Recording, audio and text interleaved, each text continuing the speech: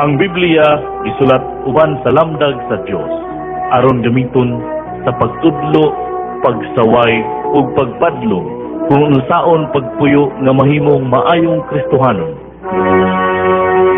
Nalukad live gikan sa San Miguel Cable TV, Channel 2, Radyo Hagna 100.9 FM, Teleradyo.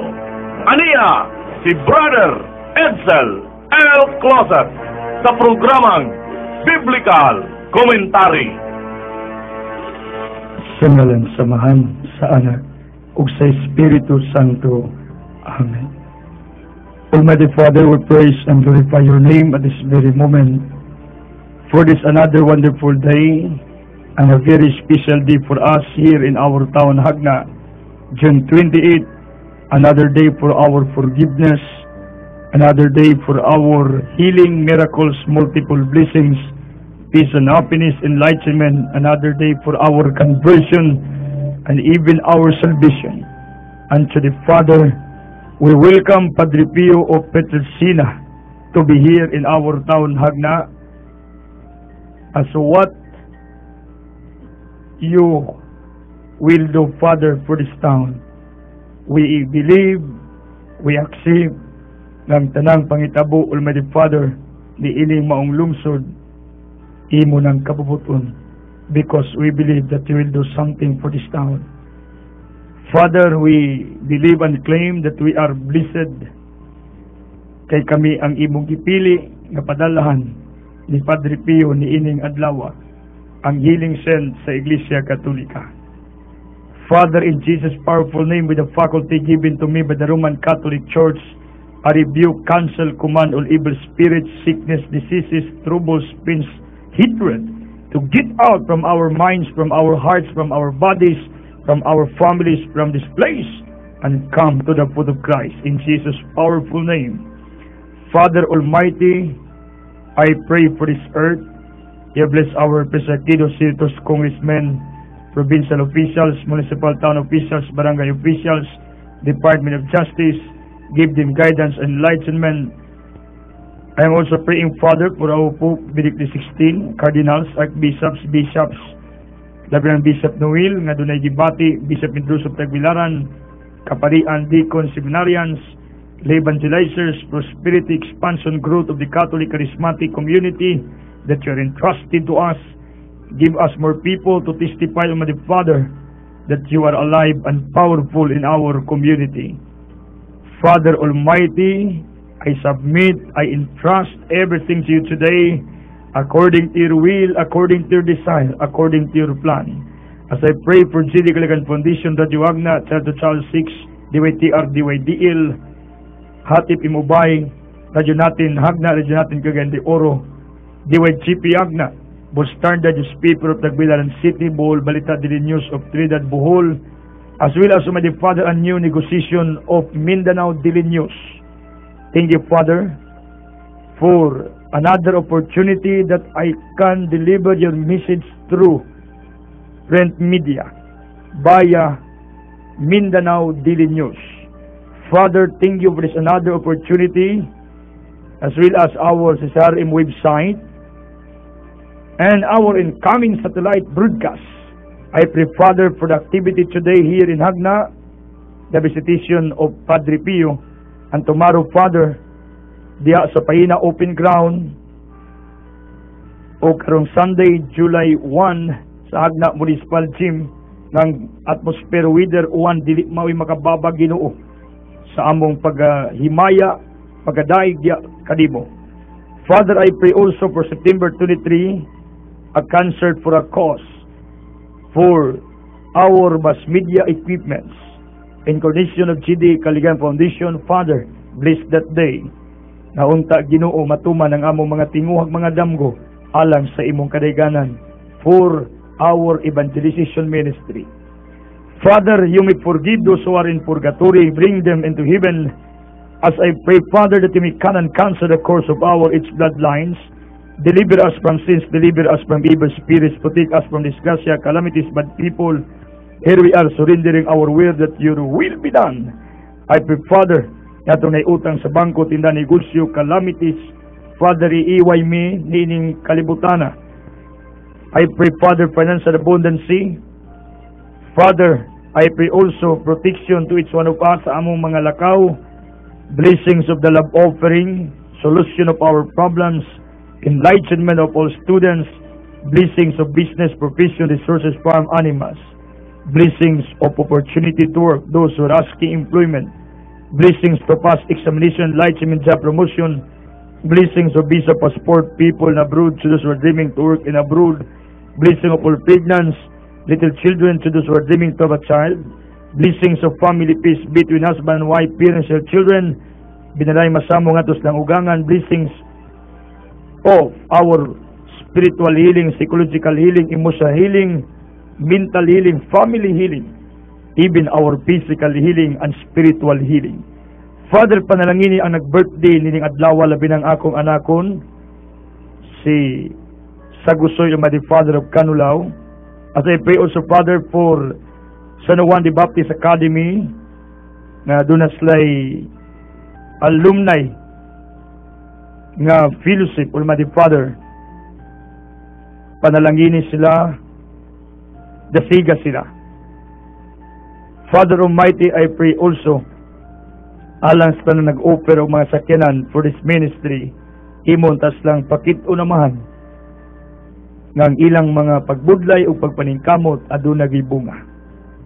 Father, I pray also for those who are in the hospital, padimalay mga bedridden, na binangngatunawad anas kadasing paglaom silang kinabuhi. I pray for those who have hydrocephalus, mental disorder, brain cancer, brain tumor, brain blood clot, sakit sa dila, gam, sakit sa dalunggan, katarat, glaucoma, pterygium, sinusitis, skin diseases, sakit sa goiter, meningitis, encephalitis, pharyngitis, throat illness, throat allergy, throat cancer, heart illness, heart enlargement, liver illness, lung illness, ulcer, abdo illness, kidney infection, dialysis, UTI, intestinal problems, adrenal problems, Dunlap, reproductive illness, prostate illness, appendicitis, rheumatoid, gout, cholesterol, uric acid, those bowel movements, leukemia, all types of cancer, tuberculosis, Alzheimer, stroke due to cholesterol, high blood, diabetes, paralysis, disabled, veins, tissues, muscles, any spinal problem, pneumonia, fever, ubo, cold, sakit sa dengue, hypertension, anxiety, pneumonia, bugon sa tiyan, sakit sa cholera, atay, moranas, cultism, diwalan, barang, tunglo, dilang, amalawon, infection, broken bone, anemia, mayuma, cyst, bukol, operation, infection, osteoporosis, ugaw nga dugo, hepatitis, virus, bacteria, malaria, varicose, disease, insomnia, panot, asthma, sakit sa matrix, pattern, bronchitis, dysmenorrhea, scleroderma disease, anong diseases of our bodies, I rebuke you. Come to the foot of Christ. You are now defeated. Horam is your Diyos, et Bali Sagrado Jesus, Beatis Artielo Mundi, Amen, Hallelujah, Hallelujah, Hallelujah. Holy Spirit, come fill this place with your power, wisdom, conversion, and healing. Santa Maria, San Jose, San John the Baptist, Padre Pio, Paul Anthony, Ubansab, the Blessed Inaguira, Blessed Pedro Calungsod, Blessed John Polisican, San Lorenzo Ruiz, San Vicente Perez, San Roque, Ezekiel Moreno, Ubansab, de San Tony Padua, Tony Abad, San Agustin, San Jerome, San Pablo, all saints, archangels, mga apostolis ng tanan, among kaliwatan nga nas langit, dalhang among mga pangamuyo uban sa libuang katawan nga nagigiusa ni ini maong pangaliya, alang sa among kapasayloan, healing, milagro, panalangin, enlightenment, even sa among tasdag sa kakaluwasan.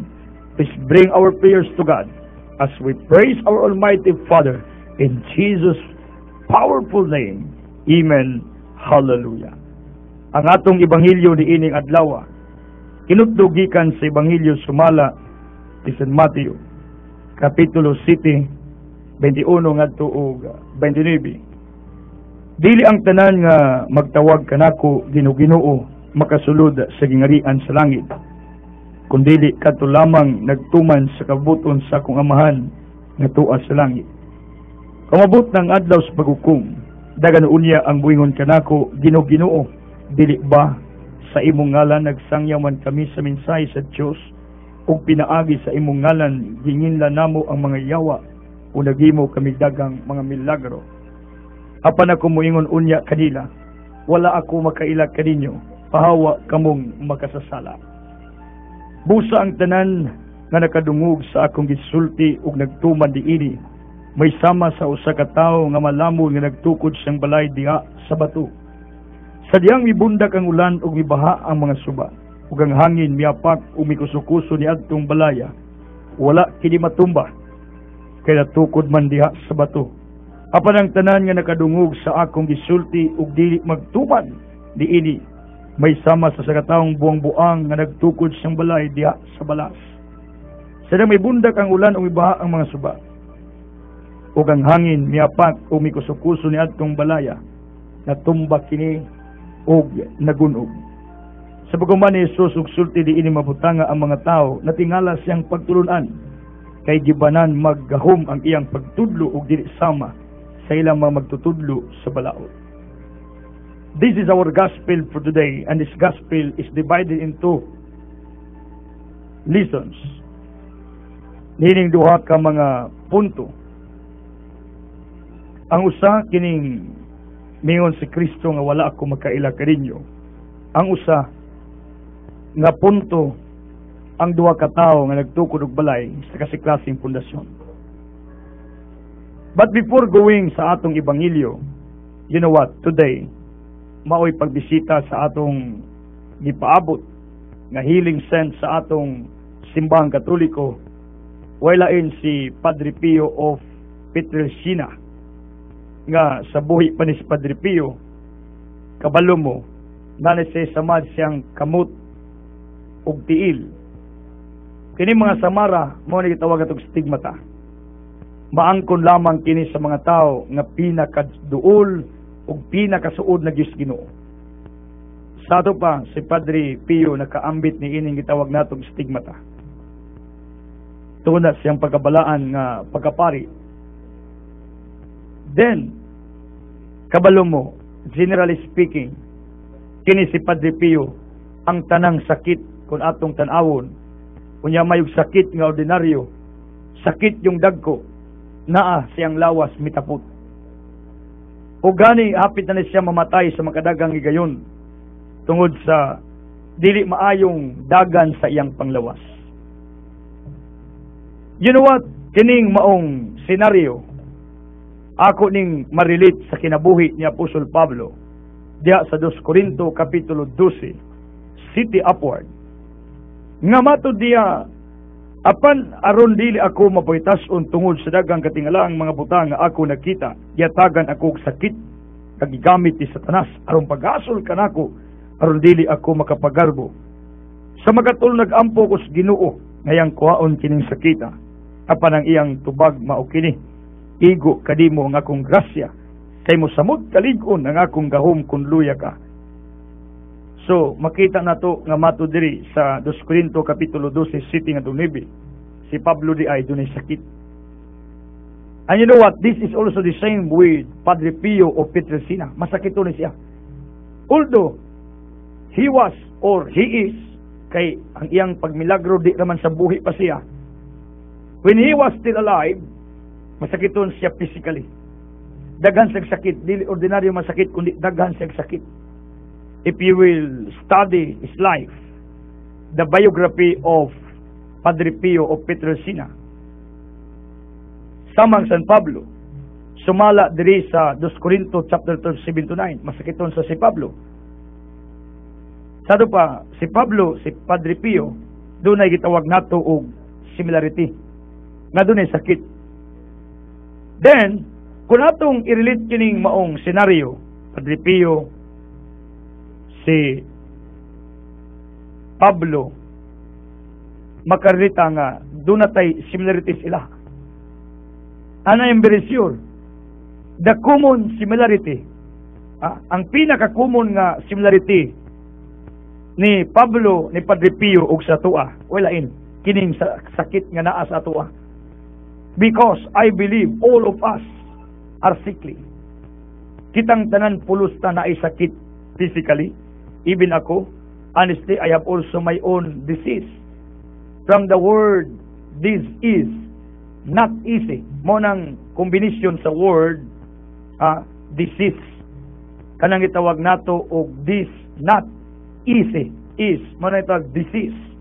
Oh, all of us are suffering from different kinds of diseases every now and then of our lives.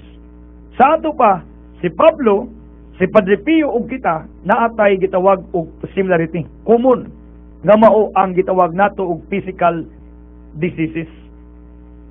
Physical, what they call illness. Physical infirmities. Pero naidakong kalainan kung arita magisgot sa gitawag og spirituality ni Pablo, spirituality ni Padre Pio ug sa tuwa. Although physically pariyata ni Pablo ni Padre Pio, pero in terms of spirituality, speaking of spirituality, kanabang gilagmon sa atong koneksyon sa Ginoo, ang gilagmon sa atong pagtuo nato sa Ginoo, because according to Hebrew 11:6, ang atong pagtuo mao man ang dugukan sa atong koneksyon nato sa Ginoo. It is very clear, emphasized according to Hebrew chapter 11 verse 6, it says, walay makapaymuot sa Dios kung walay pagtuo, kaya muduol sa Dios kinahanglan gayud mo tuo na dunay Dios o gantihan diya ang nangita kaniya. Sa ato pa pariduting Badong Biniga, Badong Badi, kumusta? Na iliran niyo taybuni sa ulan tay tuto sa ulan, kumusta mo? May the Mighty Father bless you, tanang masakiton karon takda na Carmentinho of Anda. Then condolence sa pamilyas mga kasukot na matay na gusto nilina ang atong pirming itimbaya. Siti Andres Pillas of Gindulman, Liberato Biniga of Sibilia, ngayong buntag. O tay miming na Paping Castino, and even to na Juanita Oktubre of Duero, kumusta? O tay Pilay na Rumi Oklida of Ginsularan, pagpalain sana kayo ng Diyos. And also here in Agna, na Salig Laura, kumusta? You're watching right now, na Maming Yurin, si Naninana Adyang Rancis will pray also for Tay Pingping Galiger. Hello si Sagusay, good morning. Ondo Nunez, Karulumod, o Rosalinda Daguplo.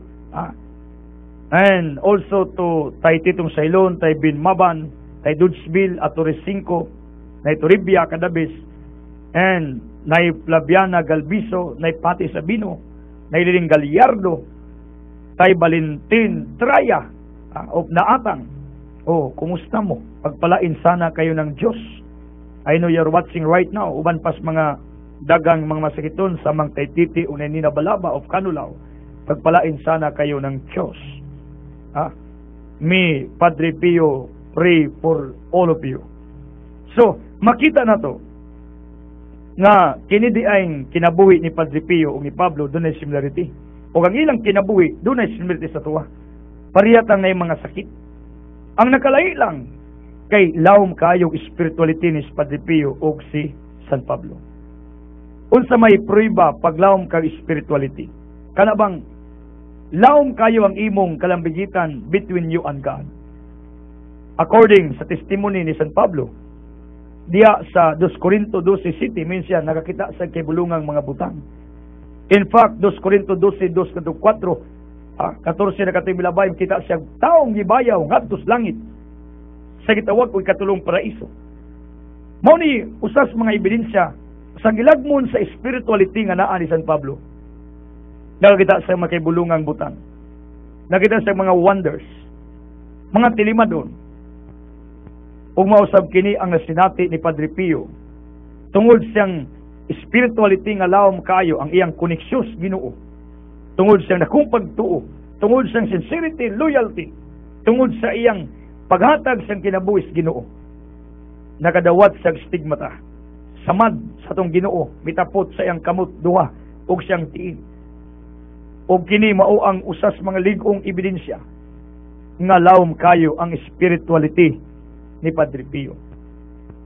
So, sa atong kinabuhi, na sinati ba nato ang Ginoo sa matag adlaw sa itong kinabuhi, mga milagro, healing, multiple blessings, peace and happiness.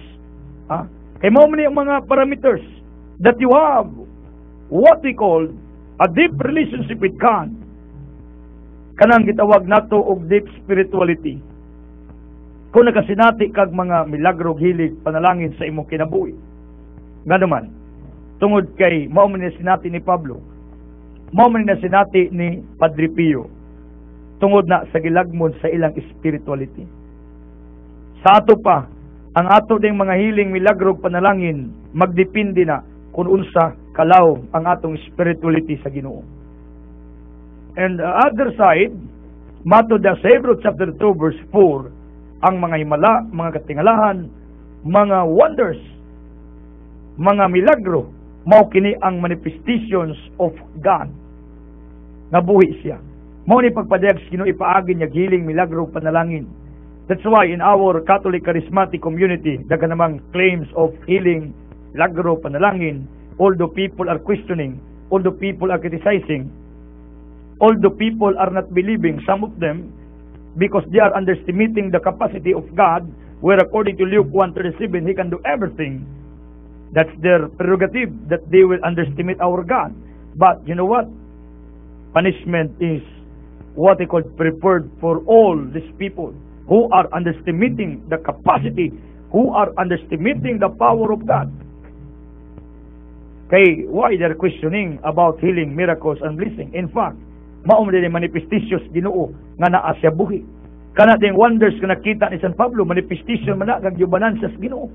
Kana ding stigmatang Padre Pio, manifestation man na nga buhi ang Ginoo sa kinabuhi ni Padre Pio. So baka lang ato na sinati nga kalipay, mga panalangin, mga grasya, mao ni manifestation. Manifestation means pagpadayag sa Ginoo nga buhi siya. See? Sa pa, we have in common with Padre Pio, Pablo, sakit, pero there is a great difference, big difference, in terms of our spirituality. Mao ni siya ang tinuod nga kahimtang sa tao.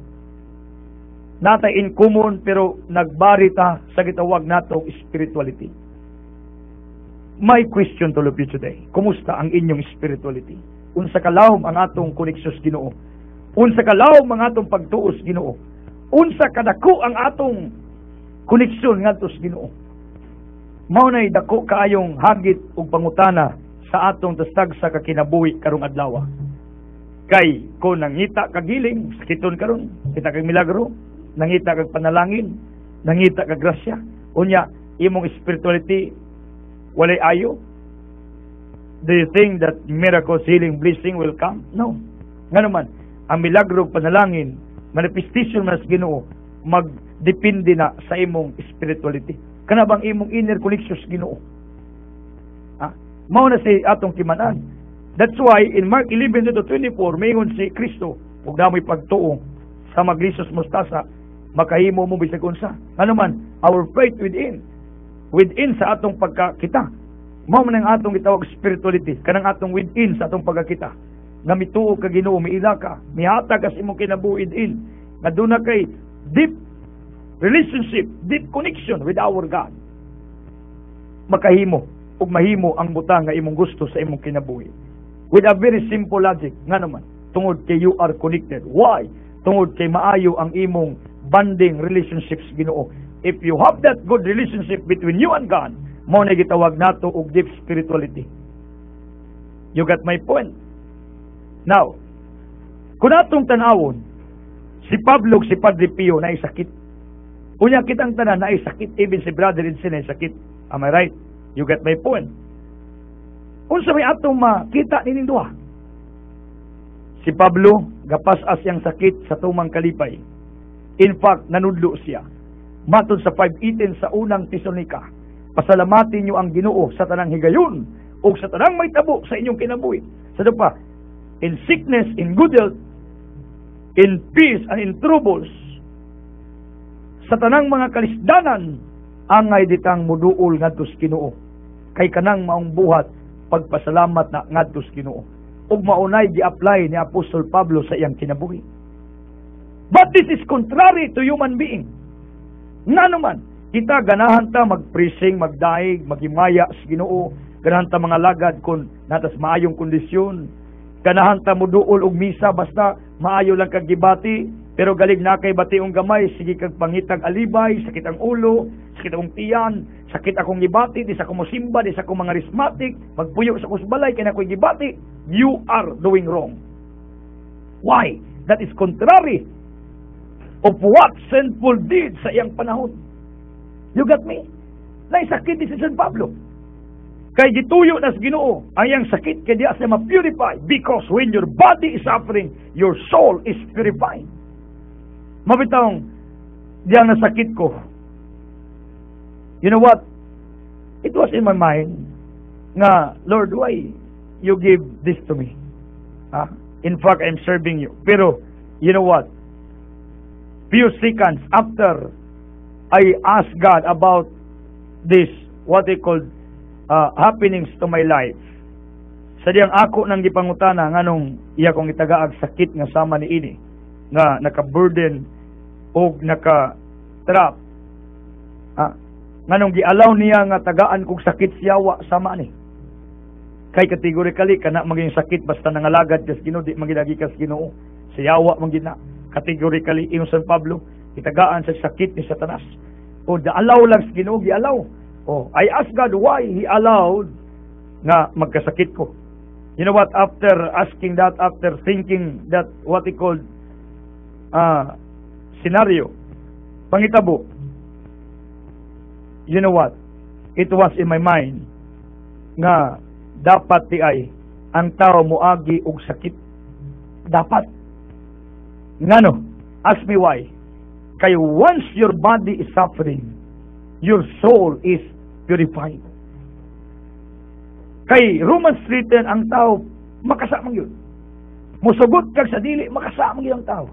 So pa, when your body is suffering, ang imo ding sala maulip-ulipan sa imong gibati nga sakit. You got my point.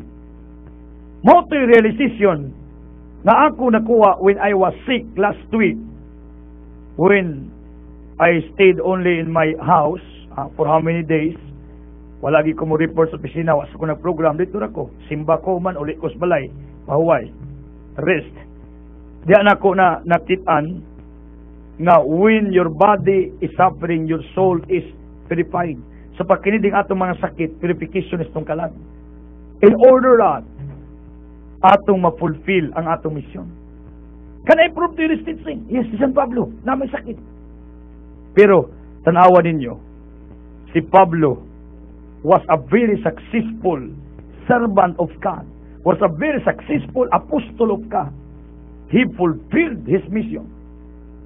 Iyang na-fulfill ang iyang mission. Pero, gapasan siya og sakit. And this is the same to the life of Padre Pio of Petrosina.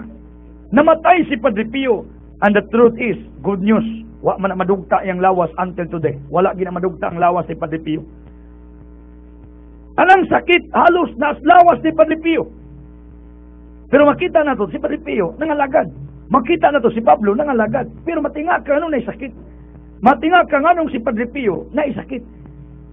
Natinga ning uban, ingon. Si Brother Richard, gaampog sakit. Niya, ano nasakit man. In fact, they're criticizing me. Pero di ay, kung ato ding i-look back, nahitabo din ni Pablo, nahitabo din Padre Pio, not only them, but there are many. Nga doon ay mga sakit sama ni San Roque.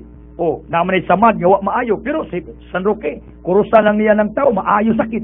Pero siya mismo na sakit. Nga no, the realization came to my mind when I was sick last week. Maudeng gialaw sa Ginoo. Nga naman, 16:1 ka magkwatos proverb. Tanang paitabo as a purpose. When I stayed at home last week, dagaan kayo misud sa kong utok nga mga pagtulunan. At sa magbarko, ang barko kinanglang ibradiro gina kay tiltilon, kay kundi na tiltilon, di na siya atimanon, muda ko ang damage. Manisgas siya ng barko, malunod na, impas na ng crew, sud sa barko. Mao nang ibradiro ginagpugos. Likewise, ingani po ang tao. Masakit yun ang tao. Ialaw ginaskino masakit ang tao. Nga naman, kay once your body is suffering for a certain infirmities, certain sickness, diseases, whatsoever, nga imong gibati nga dili ka isis imong lawas, your soul is purified. You got my point? Kabalo mo, kining maong kamatuoran nga akong gipaambit sa inyo ha. Mao ni dapat natong puy-an sa itong kinabuhi. Ngano, tungod kay kitang tanan pulos ta na isakit. Tama? Si Pablo, si Padre Pio, si San Roque, uban pang mga balaan na ay mga sakit. Pero, pangutana, simple. Mibuwag ba sila sa pagpangalagad sa Ginoo? Wala. Ug dako kay kining hagit na to. Na sa ilang gibating sakit, sa ilang gibati nga pag-antos physically, sa ilang pagpangalagad sa Ginoo, wa gid sila mulunga. Hangtod nakabot nila ang koronas kadaugan. 2 Timothy 4:8 ingon San Pablo, karon hapit na nako makuha ang koronas akong kadaugan. Makita na to nga diin ang tao di ay nga nag-anto sa lawas, unya nangalagad sa Ginoo, kanang tawhana pasudlo naglangit. Take note, kun kining tawhana nagpadayon sa iyang pagtuo sa Ginoo, kun kining tawhana nagpabilin ang kalig-on sa iyang spirituality at ubangan sa Ginoo. Another evidence of what I am talking, si Job. Si Job, gisakit siya wa. Job 1, chapter 2. You got my point? Gisakit siya. But when Job passed, sa pagsulay nga iyang nasinati, even iyang kawaling asawa, mikor sa Ginoo. Gipatay ang tanang anak, kaptangan. When he passed, niya nang maong trials, giulis Ginoo ang tanan nga iyang nawala. See? Ganuman, it was the purification time of Job. Therefore, logically speaking, this is a conclusion. All of us, human beings, will undergo, what they call, experience of what they call purification of our souls here on earth. Ang gamiton lang ang atong lawas. Sa ato pa, kining tanan natong mga sufferings, financially, kining atong mga experience nga mga problema sul pamilya, ang atong mga kaguliang, ang tanan natong mga trials, ang dagan kayong mga taong gaitok sa tua, purification ni sa atong dastagsa ka mga kalag. Why? Because of the principle, when your body is suffering, when your body is weak, your soul is purified. Di ba? Mauman ni San Pablo. Sa 2 Corinto 12:19, sa diyang huyang ka Pablo, ligon ka, kay ana ipadagaya nako ang imong grasya. Unsang kahuyanga? Lawas. But your spirit is very powerful and energetic. See? Mauman ni ang reality sa kinabuhi sa tao. Sa pa, my dear brothers and sisters who are viewing and listening right now, ang ato dayong mga nasinati, ang ato mga experiences, ang atong mga sufferings, ang atong mga problema, ang atong mga pagsulay, ang atong gipasan karon kasi klase matag gipasan. Kani dayong mga pangitabua, gialaw ni Ginoo sa ato nga nangalagad, tigno na sa nangalagad kay mao dinhi ang purification sa atong dastagsa ka mga kalag. You got my point? Purification of our souls. Believe me. Kung nangalagad ka, pero kung galing wa ka mangalagad sa Ginoo, and then you are suffering from a certain disease, and you are suffering from a certain problem, then you are not serving our God. That's another story. Maybe God is reminding you, every dosis I city, Sirach 39:29-30, maybe God is giving you a punishment because you are hard-headed. You don't want to return to Him. You don't want to surrender your lives. In fact, Sirach 5:7, imong Biblia, isurrender ang imong kinabuhi, dili ugma, dili unya. Today, at this very moment, when you hear this program, surrender. That's biblical. Sirach 5:7. Isurrender ang imong kinabuhi. Kay once ang imong lawas ron nag-antos, once nagka-problema ka, once ang imong kinabuhi ron gubot paslukot, then you are not serving God. You are believing the existence of God. Then your spirituality is not what they call good. Ang imong spirituality is bad. Kay why connection ang imong kalag, lose ang imong connection sa Ginoo. I will tell you, God is reminding you. God is giving you awakening call. Ang nindot ay mag-antos ka, unya nangalagad ka. Nga naman, kay in that way, ma-purify di ang imong kalag. Nganong nakaya man Pablo, nganong nakaya man Padre Pio until their death, nganong nakaya man ni San Luque until their death, simple, tungod